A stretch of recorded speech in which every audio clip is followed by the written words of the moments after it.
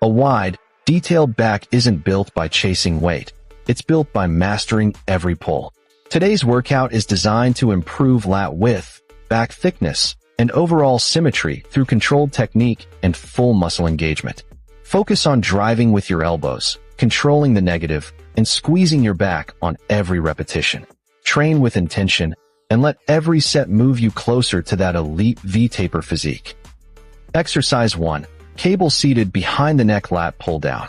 This variation lights up your upper lats and upper back by challenging your pulling mechanics from a unique angle. Sit firmly on the machine with your thighs secured under the pads and plant your feet flat on the floor. Grab the bar with a wide overhand grip. Keep your chest lifted and maintain a neutral spine throughout the movement. Begin by pulling your shoulder blades down and back before bending your elbows. Bring the bar smoothly behind your neck until it reaches about ear level or the top of your shoulders without forcing the range of motion. Pause briefly and squeeze your lats, rear delts, and upper back before slowly returning the bar to the starting position under full control. Avoid leaning excessively or using momentum, and keep every rep slow and controlled to maximize muscle activation while protecting your shoulders. Weight guide. Beginners should use 30 to 50 pounds, intermediate 60 to 100 pounds, and advanced lifters 110, 160 plus lbs with strict form. Variation, use a slightly wider grip. Bonus tip, drive your elbows down instead of thinking about pulling with your hands to maximize lat engagement. Exercise 2. Cable-seated single-arm lat pull-down. Training one arm at a time helps you build stronger mind-to-muscle connection and exposes strength imbalances that two-arm pull-downs can easily hide. Sit tall with your thighs locked under the pads. Keep your chest up and brace your core before starting each rep. You can perform this exercise in 2 effective ways. The first option is to attach a D-handle and pull it straight down beside your shoulder while keeping your elbow close to your body. The second option is to grab the D-handle with an underhand grip and pull through a slight diagonal path, bringing your elbow down and slightly out toward your side instead of straight down. Both variations emphasize a full lat contraction when performed with control. Pause for a second at the bottom, then slowly return to the starting position while allowing your lat to fully stretch without losing posture or shrugging your shoulder. Weight guide. Beginners should use 15 to 30 pounds, intermediates 35 to 60 pounds, and advanced lifters 65, 100 plus lbs with strict control. Variation. Perform it with either a neutral grip or an underhand diagonal pull. Bonus tip. Think about driving your elbow into your back pocket instead of pulling with your hand for maximum lat activation. Exercise 3. Lever-seated single-arm low row. This exercise is excellent for building back thickness while allowing each side to work independently for better balance and control. Sit firmly against the chest pad with your feet planted and maintain a tall posture from start to finish. Choose the grip that feels most comfortable for your shoulder and wrist. Then fully extend your working arm to create a deep stretch through your lat. Start each rep by pulling your shoulder blade back, then drive your elbow toward your hip instead of simply pulling the handle. Keep your torso steady, avoid twisting your body, and squeeze your back hard at the end of every rep. Slowly return the handle to the starting position, allowing your muscles to lengthen under control before beginning the next repetition. Smooth, controlled movement will produce far better results than using excessive weight. Weight guide. Beginners should use 20 to 40 pounds, intermediates 45 to 80 pounds, and advanced lifters 90, 140 plus lbs with strict form. Variation. Use any grip that feels strongest and most comfortable. Bonus tip.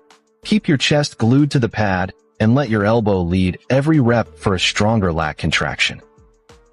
Exercise 4. Lever standing unilateral row.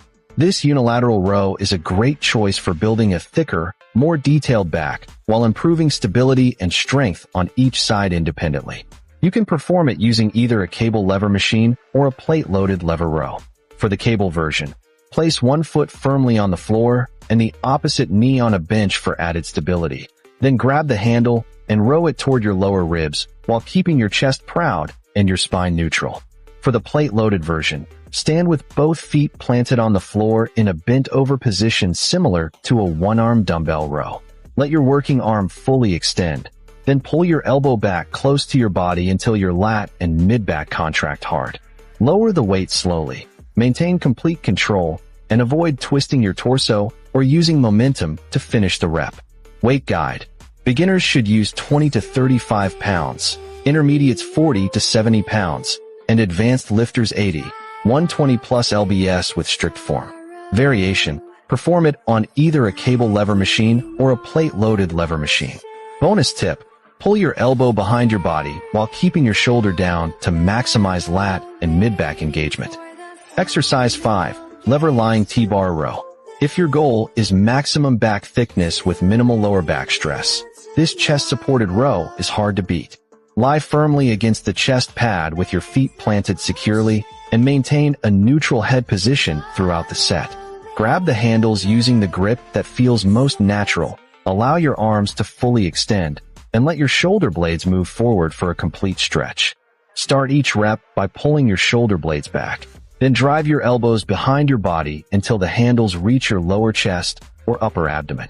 Squeeze your lats, rhomboids, and middle back at the top without lifting your chest off the pad. Lower the weight slowly under control, keeping constant tension on your back instead of letting the plates drop. Every rep should feel smooth, powerful, and controlled from start to finish. Weight guide. Beginners should use 25 to 45 pounds, intermediates 50 to 90 pounds, and advanced lifters 100, 180 plus lbs with strict form. Variation. Use either a neutral or overhand grip. Bonus tip. Keep your chest pressed into the pad and focus on driving your elbows back rather than pulling with your hands. Exercise 6. Cable half-kneeling single-arm row. This variation challenges your back while forcing your core and hips to stay rock-solid throughout every rep. Set one knee on the floor with the opposite foot planted firmly in front, creating a stable half-kneeling position. Grab the cable handle with your working arm and begin with your arm fully extended so your lat is completely stretched. Keep your chest tall, brace your core, and avoid rotating your torso as you initiate the movement. Pull your elbow back toward your hip while keeping your shoulder down and away from your ear.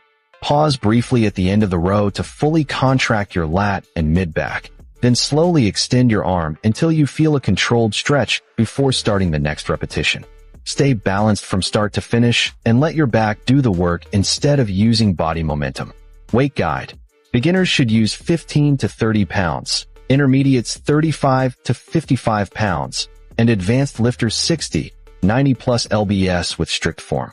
Variation. Perform it from either the left or right half-kneeling stance. Bonus tip. Keep your ribs down and resist torso rotation to create a stronger lat contraction on every rep. Exercise 7. Lever narrow grip row. A narrow neutral grip is one of the best ways to build dense, detailed lats while keeping constant tension through the entire pulling motion.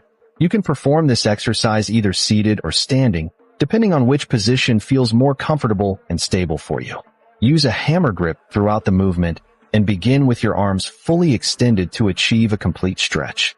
Keep your chest lifted, brace your core, and start each rep by pulling your shoulder blades back before driving your elbows close to your sides. Bring the handles toward your lower abdomen while squeezing your lats and middle back at the end of every rep. Slowly return to the starting position without letting the weight pull you forward or sacrificing your posture.